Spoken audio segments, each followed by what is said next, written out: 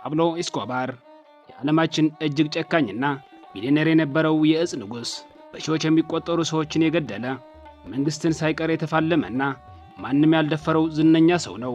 ነገር ግን ከፓብሎ በስተጀርባ አንድ የሚገርምና ማንም የማያውቀው ምስጢር አለ።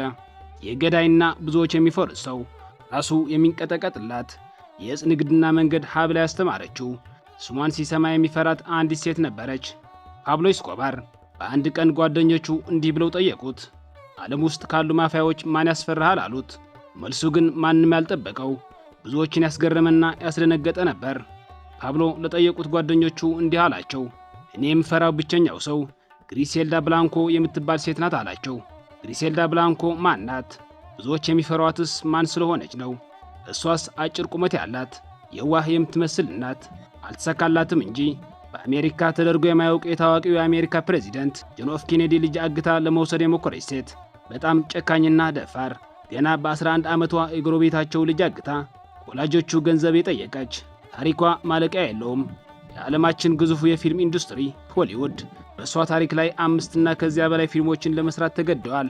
የኔትፍሊክስ ግሪሴልዳ የተሰኘ ስኬታማ ድራማ ጨምሮ እነ ኮኮይን ጋድማዘር እና ዝነኛው የኮኮይን ኮውቦይስ ዘጋቢ ፊልሞች በስሟ ተሰርተዋል። ሆሊውድ ቢሊዮኖችን አፍሶ በፊልም የሚተርክላት ይቺ ሴት በምናብ የተፈጠረ ገጸ ባህሪ አይደለችም። እሷ በሚያሚ ጎዳናዎች ላይ ማንም ተፎካካሪ ያልነበራት ሴት ናት። ዛሬ በፊልም ዓለም የምናውቀው በሞተር እየተኮሰ መሮጥ የጀመረችው እሷ ነበረች። ለስልጣንና ለገንዘብ ያላት ጥማት ደግሞ ወሰን አልነበረውም። የገዛ ባሎቿንና የልጆቿን አባቶች እንዲሁም የቅርብ ሰዎቿን እንኳን ሳይቀር እንቅፋት ይሆንብኛል ብላ ካሰበች ያለምንም ምሕረት የምታስወግድ ጨካኝ ነበረች። ሰዎች ጥቁር መበለት እያሉ ይጠሯታል። ይህ ስያሜ ዝም ብሎ የወጣላት አይደለም። አብረዋት የተኙትን ወንዶች ሁሉ ወደ መቃብር የሸኘች በመሆኗ ነበር። እነ ፓብሎ ኤስኮባር ገና በሜዴን ጎዳናዎች ላይ መኪና እየሰረቁና ጥቃቅን ወንጀሎችን እየፈጸሙ በነበሩበት ወቅት እሷ በአትላንቲክ ውቅያኖስ ማዶ በሚሊዮን የሚቆጠር ዶላር የሚያወጡ በሺዎች የሚቆጠሩ ፓውንድ እጾችን አሜሪካ ውስጥ የምታሰራጭ ግዙፍ ኢምፓየር መስርታ ነበር። ፓብሎ ገና ብሎ ወንጀል ሲጀምር እሷ ዓለምን እያስተዳደረች ነበር።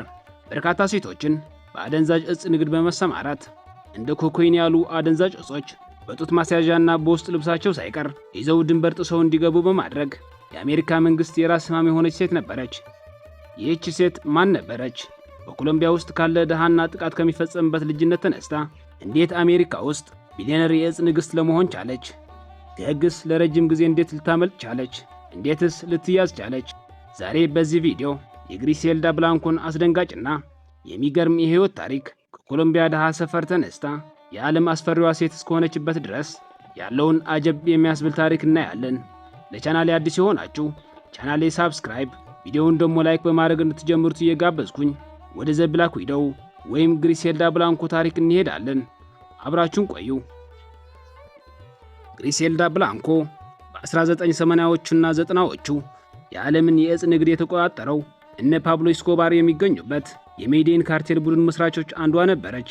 የእጽ ማሸሻና መከፋፈያ ዘዴዎችን በመፍጠር እጽን ከደቡብ አሜሪካ ወደ አሜሪካ በማስገባት እነ ፓብሎ ኤስኮባር ያስተማረቻቸው እሷ ነበረች። ግሪሴልዳ ብላንኮ እንደ አውሮፓውያን አቆጣጠር የካቲት 15 ቀን 1943 በኮሎምቢያ ሀገር ካርቴና በምትባል ሰፈር ነበር የተወለደችው። ለፓብሎ በ6 ዓመት ትበልጠዋለች። አባቷ በልጅነቷ ጥሏት ስለሄደ ያሳደገቻት እናቷ አና ሉሲያ ብቻ ነበረች። እናቷ የአልኮል ሱሰኛና ሰውነቷን በመሸጥ የምትተዳደር ሴት ነበረች። ግሪሴልዳ በልጅነቷ የእናትነት ፍቅር ማለት ምን ማለት እንደሆነ ሳታውቅ ነበር ያደገችው። ገና የ3 ዓመት ልጅ ያለች የእጽ ዋና መደብር ወደ ሆነችው ወደ ሜዴን ከተማ ተዛወሩ። እዚያም እየኖረች ገና በልጅነቷ ለወንጀልና ለዝርፊያ ሕይወት ተጋለጠች። ግሪሴልዳ የመጀመሪያ የግድያ ወንጀል የፈጸመችው ገና በ11 ዓመቷ ያለች ነበር። በጎረቤታቸው የሚኖር አንድ የትልቅ ባለ ሀብት ልጅ ነበር እና ገና ከልጅነቷ ጀምሮ ደፋር ነበረችና ወደ ቤቱ በመሄድ ና አብረን እንጫወት አለችው። እሷ ግን ከመጀመሪያው ሌላ እቅድ አቅዳ ነበርና ልጁ ወደ አንዱ ባዶ ቤት ወስዳ እጁን ወደ ኋላ በማሰር ቤቱን ቆለፈችው። ወዲያውኑ ለወላጆቹ 2000 ፔሶ የኮሎምቢያ ገንዘብ ካላስገባችሁ ልጃችሁ በሕይወት አታገኙትም አለቻቸው።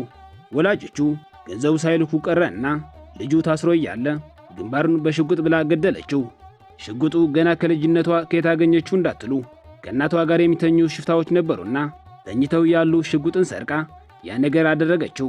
እሷስ መቼ ይሄ አድርጋ በቃት? ገና 13 ዓመት ሳይሞላት በከተማው ታዋቂ ሌባና ኪስ አውላቂ ልጅ ሆና ነበር። በተጨማሪም ገና በዚህ ዕድሜዋ ከእናቷ ጋር የሚተኙ ሰዎች ጾታዊ ጥቃት ደረሰባት።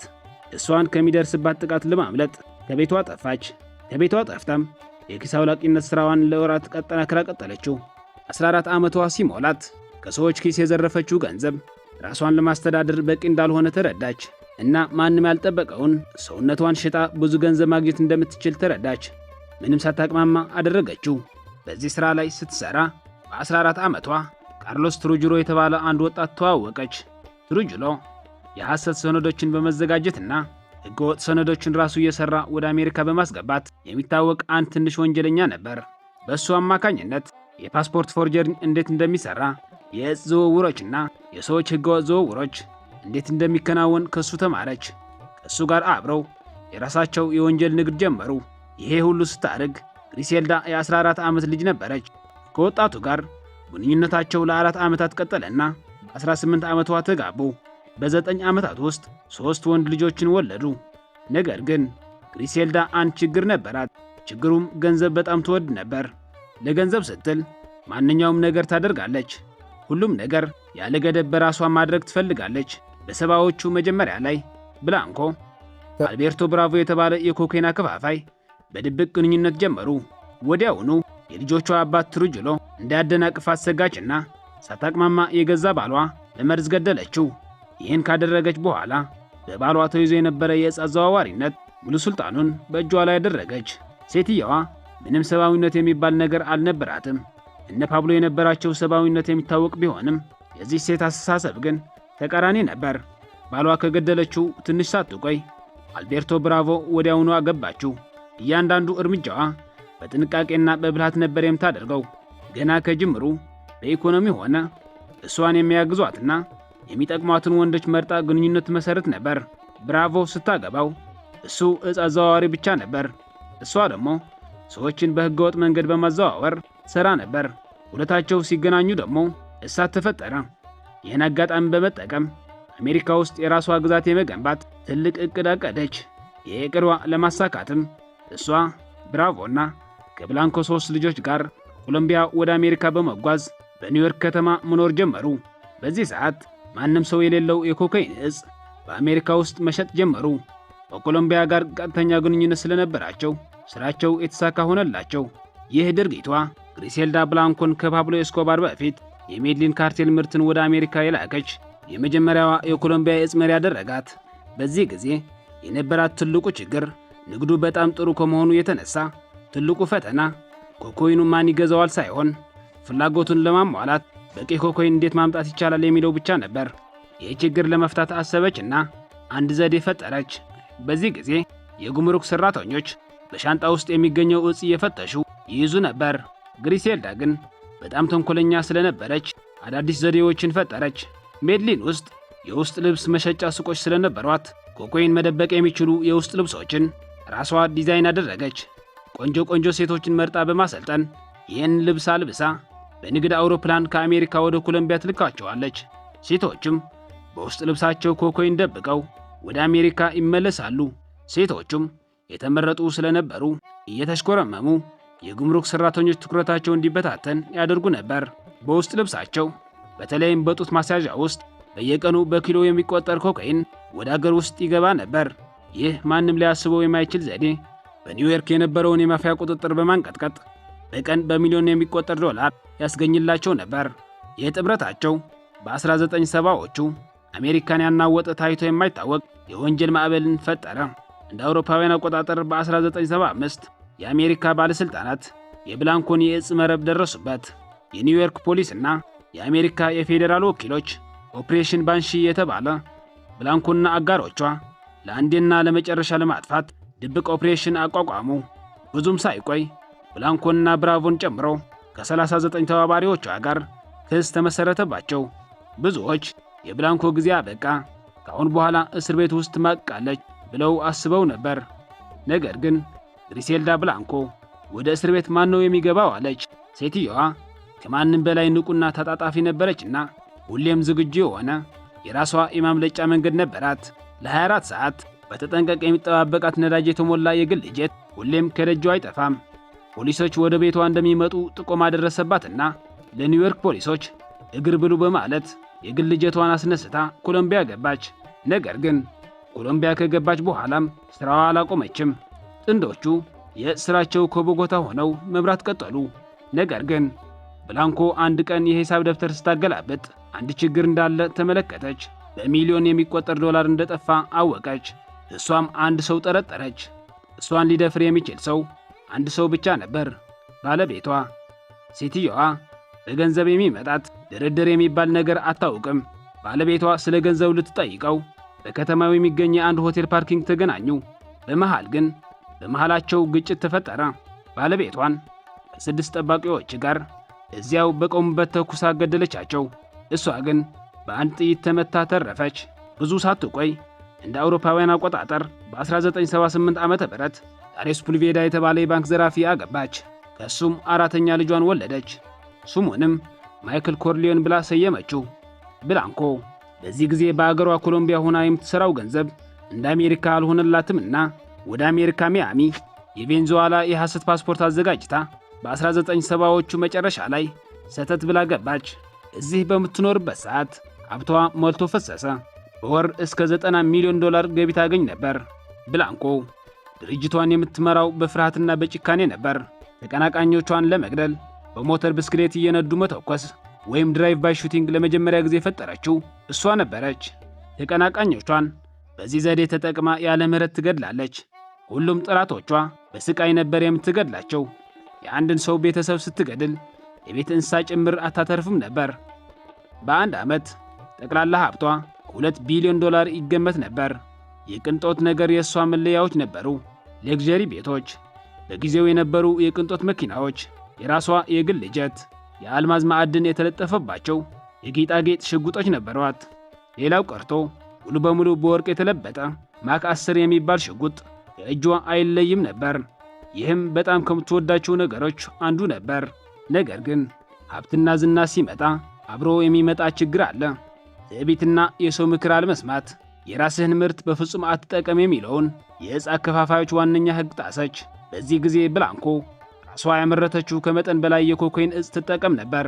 ይህ ድርጊቷ ደግሞ ራሷን እስከ መሳትና እስከ ማበድ አድርሷት ነበር። ሚያሚ ውስጥ ሁሉም ነገር በታቀደው መሰረት እየሄደ ነበር። የምታደርገው ነገር ሁሉ መንግስት አያውቀውም ነበር። ነገር ግን ይሄ ሁሉ ስራዋ በአንድ ነገር ሊያበቃ ተቃረበ። የፌዴራል ወኪሎች አንድ ቀን ማንም ያልጠበቀው ከ200 ሚሊዮን ዶላር በላይ የሚያወጣ የኮካይን ምርት ወደ አሜሪካ ሊገባ ሲል በአንድ የጭነት መርከብ ውስጥ አገኘ። መርከቡ እንጨት ጭኖ ነበር። ነገር ግን ፖሊሶች ነገሩ ስለበዛ ጠረጠሩ። እንጨቶቹ በደንብ ፈተሿቸው። ያገኙት ነገር ማንም ያልጠበቀው ነበር። እያንዳንዱ እንጨቶች ተፈልፍለው ሲታዩ በእያንዳንዱ ውስጥ 4 ፓውንድ ኮካይን ተደብቆ ተገኘ። መርከቡ ላይ የተገኘ ኮካይን በአጠቃላይ ከ4000 ኪሎ በላይ ሆነ። ይህን ጉድ የሰማ የአሜሪካ መንግስት በጊዜው የነበሩ የአሜሪካ ፕሬዚደንት ሮናልድ ሬገን የደቡብ ፍሎሪዳ የዕፅ ግብረ ኃይልን አቋቋሙ። የዚህ ግብረ ኃይል ዋና ዓላማው ደግሞ በአሜሪካ የሚደረገው የዕፅ ዝውውር ማስቆምና አደገኛ ማፊያዎችን ለመልቀም ነበር። ምክትል ፕሬዚደንቱ ጆርጅ ቡሽ ግብረ ኃይሉን እንዲያስተባብሩ ተመደቡ። ብዙም ሳይቆይ ግሪሴልዳ ብላንኮ በግብረ ኃይሉ ክትትል ስር ወደቀች። እያንዳንዱ እርምጃዋ መከታተል ጀመሩ። ነገር ግን በግብረ ኃይሉ ውስጥ ሆነው መረጃ የሚያቀብሉ ሰዎች ቀጥራ ነበርና በእሳቸው በኩል የሚደረግ እያንዳንዱ እንቅስቃሴያቸው መረጃ ያቀብሏት ነበር። በ1984 ዓመተ ምህረት ደቡብ ፍሎሪዳን ለቃ ወደ አርቪን ካሊፎርኒያ ሸሸች። እዚያም የቀድሞ የወንጀል ታሪኳን ማንም የማያውቅባት ተራ የከተማ እናት መስላ መኖር ጀመረች። ይሁን እንጂ የብላንኮ የግል ሕይወቷ ሁሉም ያለ ጥቁር ነጠብጣብ ሙሉ አይሆንም። አዲሱ ያገባችው ባለቤቷ ዳሬው ሌላ ሴት እንዳለችው ደረሰችበትና በመሃላቸው ከባድ ጸብ ተፈጠረ። ዳሬውም ብላንኮ ምን ያህል አደገኛ ሴት እንደሆነች ያወቀ አይመስልም ነበር። የ5 ዓመቱ የሁለታቸው ልጅ የሆነ ማይክል ካርሊዮን ይዞ ወደ ኮሎምቢያ መለጠ። ግሪሴልዳ ይህን ባወቀች ጊዜ ከአሜሪካ ወደ ኮሎምቢያ የፖሊስ ልብስ የለበሱ ነፍሰ ገዳዮችን ላከችበት። ዳሬው ሁሉም ነገር የጨረሰ መስሎት ከልጁ ጋር በመኪና እየሄደ እያለ የፖሊስ ልብስ የለበሱ ሰዎች መንገዱን ዘግቧት። እዚያው በመኪና ውስጥ በልጁ ፊት ተኩሰው ገደሉት። ሰዎችንም የ5 ዓመቱ ልጇ ይዘው ወደ አሜሪካ ተመለሱ። የአሜሪካ መንግስት በዚህ ጊዜ እሷን መከታተሉ አላቆመም ነበር። ሦስቱ ታላላቅ ልጆቿ የካርቴሉን የዕለት ተዕለት ሥራ ተረከበው። ነገር ግን ልጆቿ እንደ እናታቸው ንቁ አልነበሩም። በዚህ ጊዜ የእጽ ቁጥጥር መረጃ አቀባይ ወደ ድርጅታቸው ዘልቆ መግባቱን አላወቅም ነበር። የፌዴራል ወኪሎች በብላንኮ ላይ ጠንካራ መረጃዎችን በመሰባሰብ በ1985 ዓ.ም ትክክለኛ መደበቂያዋን የት እንደሆነ ደረሱበት። የካቲት 17 ቀን 1985 ጠዋት ብላንኮ ልጆቿን ልትጠይቅ በመጣችበት ሰዓት የአሜሪካ መንግስት ፖሊስ አባላት ተሰባስበው ቤቷን ከበቡት። ግሪሴልዳ ብላንኮን መኝታ ቤቷ ውስጥ መጽሐፍ ቅዱስ ስታነብ አገኟት። ይህ በፍጹም ያልጠበቁት ነገር ነበር። በአሜሪካና በኮሎምቢያ ማንም የማይደፍራቸው የማፊያ ተላላኪ ቡድኖችና ታጣቂዎች ያሏት ሴት በዚህ ጠባብ ክፍል ውስጥ ብቻዋን ቁጭ ብላ ትገኛለች ብሎ ያሰበ ማንም አልነበረም። በዚህ ሰዓት ከአልጋዋ አጠገብ ሽጉጥ ቢኖርም ለምን እንደሆነ ባይታወቅም ለመንካት አልሞከረችም። ዝም ብላ ተነስታ እጇን ለካቴና ሰጠች። በ42 ዓመቷ በቁጥጥር ስር ውላ ከ1975 ጀምሮ ባሉ በርካታ የእጽ ወንጀሎች ተከሰሰች። አቃቤ ሕግም በግድያ ወንጀል እንዲፈረድባት ይፈልጉ ነበር። ነገር ግን ካስገደለቻቸው ቁጥር ስፍር የሌላቸው ግድያዎች ለአንዱ እንኳን ማስረጃ አላገኙላትም። ምክንያቱም ሕዝቡ የሴትየዋ እጅ ስለማያውቀው ማንም ሰው በግሪሴልዳ ብላንኮ ላይ ጣቱን ለመጠቆም አልደፈረም። ሁሉም ሰዎች ይፈሯት ነበር። በዚህ ሰዓት አንድ የሚመሰክር ሰው ከተገኘ ብላንኮ የዕድሜ ልክ እስራት ይጠብቃት ነበር። በሚገርም ሁኔታ ማንም ይህን ለማድረግ አልደፈረም። ምክንያቱም ለብላንኮ ምስክርነት መስጠት ማለት የራስን የሞት ፍርድ እንደመፈረም መሆኑን ያውቁ ነበር። የአሜሪካ አቃቢ ሕግ አንድ ምስክር በማጣቱ የግድያ ወንጀልን ትቶ በእጽ ዝውውር ብቻ ሊከሷት ተገደዱ። ብላንኮ ጥፋተኛ ሆና ተገኝታ የ20 ዓመት እስራት ብቻ ተፈረደባት። ነገር ግን የብላንኮ መታሰር የሰሙ ተቀናቃኞቿ ግዛቷን ለመቅማትና የድሮ ሂሳብ ለማወራረድ በልጆቿ ላይ ተነሱ። እንደ አውሮፓውያን አቆጣጠር በ1992 ሦስቱን ልጆቿ በተቀናቃኞቿ ተገደሉ። እናታቸው ይህን ነገር እስር ቤት ሆና ስትሰማ ልጆቿ መጠበቅ ባለመቻሏ በእጅጉ ተጎዳች። በሕይወቷ የምታከብራቸው ወንዶች ልጆቿን ብቻ ነበር። በዚህ ውሳኔ ማለትም ብላንኮ በመታሰሯ የፌዴራል የእጽ ዝውውር ተቆጣጣሪዎች ደስ ቢላቸውም የፍሎሪዳ ግዛት አቃቢ ሕግ ግን ተጨማሪ ክስ ለመመስረት ይሞክሩ ነበር። ብላንኮ ከእስር ቤት የምትወጣበት ቀን ስለሚደርስ በግድያ ወንጀል እንድትጠየቅ ማስረጃ ያሰባስቡ ነበር። ዓላማቸው ብላንኮ ከእስር ቤት ከወጣች የምታደርገው ነገር ስለሚያውቁ በእስር ቤት ውስጥ እንድታረጅ ማድረግ ነበር። ይህን ለማድረግ እስካሁን አንድ ምስክር ብቻ እያፈላለጉ ነበር። እናም አንዱን ምስክር አገኙ። እሱም የብላንኮ ታማኝ ገዳይና ተላላኪ የነበረውን ጆርጅ ሪቪ በቁጥጥር ስር አዋሉት። ይሄ ሰው በግሪሴልዳ ትዕዛዝ ምክንያት በርካታ ሰዎች እንደገደለ ይታመን ነበር። ነገር ግን ይህን ሁሉ ሰው እኔ አልገደልኩም በማለት በ3 ግድያዎች ላይ ብቻ መሳተፉን አመነ። አቃቤ ሕግ የእሱ የእስራት ዘመን እንደሚቀንስለት ቃል በመግባት በእሷ ላይ እንዲመሰክር አሳመኑት። እሱም እሺ በማለት ተስማማ። ብላንኮ ይህን የሪቪ ክህደት ስትሰማ ደነገጠች። እናም ሪቪ 3ቱን ሰዎች የገደላቸው በብላንኮ ትዕዛዝ መሆኑ ስለመሰከረ በ3 የነፍስ ግድያ ወንጀሎች ተከሰሰች። ብላንኮ ግን እስር ቤት ውስጥ እጇና እግሯ ጠማምራ መቀመጥ አልቻለችም። ይልቁንም ከእስር ቤት ሊያስወጣት የሚችል ጠንካራ ሰው ታፈላልግ ነበር። እስር ቤት ሆና ቻርልስ ኮስቢ ከተባለ የካሊፎርኒያ የእጽ ሻጭ ጋር የፍቅር ግንኙነት ጀመረች። አንድ ቀን ኮስቢ እስር ቤት ሊጠይቃት ሲሄድ JFK 5M NY የሚል ምስጢራዊ ኮድ ሰጠችው። ትርጉሙም ሲፈታ እንዲህ የሚል መልእክት ነበረው። የጆን ኤፍ ኬኔዲ ልጅ ጁኒየርን አፍኖ ለመውሰድ የተሰጠ ምስጢራዊ ኮድ ነበር። የእሷ ሐሳብ የፕሬዚደንቱ ልጅ አንዴ በእጇ ካስገባች በኋላ ከመንግሥት ጋር ተደራድራ ከእስር ለመፈታት ነበር። ይህን ለማሳካትም 4 ይህን ነገር ያደርጋሉ ያለቻቸውን ኮሎምቢያውያን ማፊያዎች ኮስቢ እንዲያመጣላት በማዘዝ ለገዳዮቹ $5 ሚሊዮን እንድትከፍል ተስማማች። 4ቱ ሰዎች ከኮሎምቢያ መጥተው ኒውዮርክ ገቡ። ኬኔዲ የሚኖርበት አካባቢ ለቀናትን ሰለሉ። የሚገባበትና የሚወጣበት ጊዜና ቦታ በደንብ አጠኑ። ልጁ አንድ ምሽት ውሻውን ይዞ ከቤት ወክ ለማድረግ ሲወጣ አገኙት። ሰዎቹም መኪናቸው አቁመው ከበቡት። በዋዛ ወደሱ የቀረቡ ሊይዙት ሲሉ በአጋጣሚ በዚያ የሚያልፍ የፖሊስ መኪና አያቸውና እቅዳቸው ሳያሳኩ አባረራቸው። ከዚያ በኋላ ግን ሰዎቹ ለቀናት ቢጠባበቁም ጆን ኤፍ ኬኔዲ ጁኒየርን ዳግመኛ አልታየም። ማፊያዎቹ በመጨረሻም ተስፋ ቆርጠው ወደ ኮሎምቢያ ተመለሱ። ቻርልስ ኮስቢ የብላንኮ እብደት የተሞላበት እቅድ እሱንም እስር ቤት እንዳያስገባው በመስጋት ከእሷ ጋር ያለውን ግንኙነት አቋርጦ ጠፋ። ብላንኮ የማምለጫ እቅዷ በመክሸፉ ከተያዘች ከ10 ዓመት በኋላ አቃቢ ሕግ የሞት ቅጣት እንዲፈርድባት በማቀድ በ3 የነፍስ ግድያ ወንጀሎችን ከሰሳት። ነገር ግን በሚያሚ አቃቢ ሕግ ቢሮ ውስጥ የተከሰተ አንድ ቅሌት የክስ መዝገቡን አበላሸው። ዋናውና ብቸኛው ምስክር ሪቪ አያላ በአቃቢ ሕግ ቢሮ ውስጥ ከሚሰሩ ጸሐፊዎች ጋር ወሲባዊ ግንኙነት ሲያደርግ እጅ ከፈንጅ ተያዘ።